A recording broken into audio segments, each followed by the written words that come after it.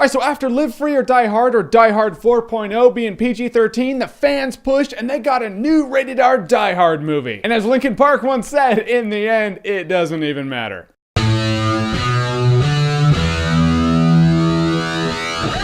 A Good Day to Die Hard. Or Die Hard 5 for people keeping count of the numbers. Alright, so A Good Day to Die Hard takes place in Russia and it deals with John McClane's kid Jack. And Jack's in a little bit of trouble, so John McClane goes to help him out, and now we have father-son bonding movie with Die Hard guns and John McClane, who's not really John McClane, it's old Bruce Willis being old Bruce Willis. I really mean that too. 5 minutes into this movie I was like, where's John McClane? I see Bruce Willis, but where's McClane? John McClane's a character. Just because you have Bruce Willis on screen does not mean John McClane is on screen. So where was he? But I give it time. I was like, okay, maybe he's a little perplexed on the situation. Let's see where this goes. 20 minutes into the movie, I was like, where is John McClane? It was depressing as shit. I was thinking back to what I know John McClane to be. He's a burnout, he's a drunk, he's a good cop, he's determined, he's a sarcastic bastard who will talk shit to his last breath. John McClane. And I imagine you can make the case, hey, John McClane's old now. He's not gonna be like younger John McClane. But that's simply a case in point as to why this movie should not happen. We shouldn't see old, broken down, not John McClane on screen any more than we should see a Friends reunion episode. You know the show Friends? There should never be a reunion episode because Friends is all about a phase in time. They are who they're supposed to be as the show was aired. No one wants to see Monica and Chandler married for 10 years with 10-year-old kids any more than they want to see John McClane not be John McClane because he's old. You see my point? So looking into the plot, these Russian baddies are doing their Russian baddie things and John McClane and his kid are gonna stop him. His kid is boring as hell. He didn't click with me. He has daddy issues with John McClane, which was annoying as shit. He kept bringing that shit up. He's like,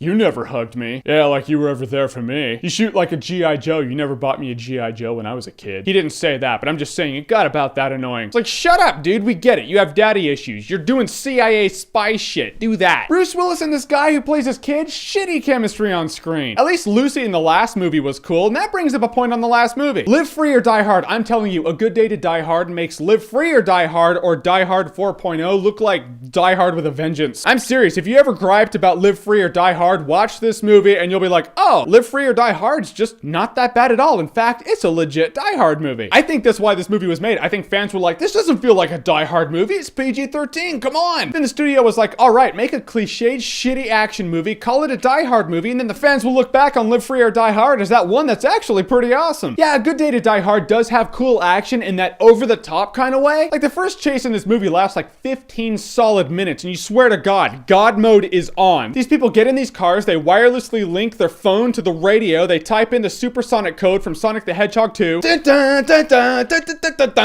just going down the road, hitting cars. Cars are just flying, turning into debris midair. It's absurd. I mean, it is entertaining. I would be lying if I said I was not entertained while it was happening. In that really mindless action kind of way. Then it goes on for a while, you're like, okay, all right. Let's get to a plot. Also, the villain. Who is the villain in this movie? Every Die Hard movie had a villain, a definitive villain where you're like, that guy is going up against McClane. That guy's going up against McClane. All the villains in all the movies do stand out in my mind. This one, just Russian baddies doing Russian baddie things. I will never remember the villain in this movie. Ever. And although I'm really bitching about the fact that this didn't feel like a Die Hard movie and it was a shitty Die Hard movie and John McClane was nowhere on screen ever, that's not what makes the movie terrible. What makes the movie terrible is the fact that it's nonsense. Bad guys are doing bad guy things and big actions happening that doesn't make any sense. And then bad guys need to be stopped, so that's what we're here to do. If someone held a gun to my head and was like, recite the plot of A Good Day to Die Hard, I'd be like, pull the trigger, I can't. I just don't want to waste anyone's time.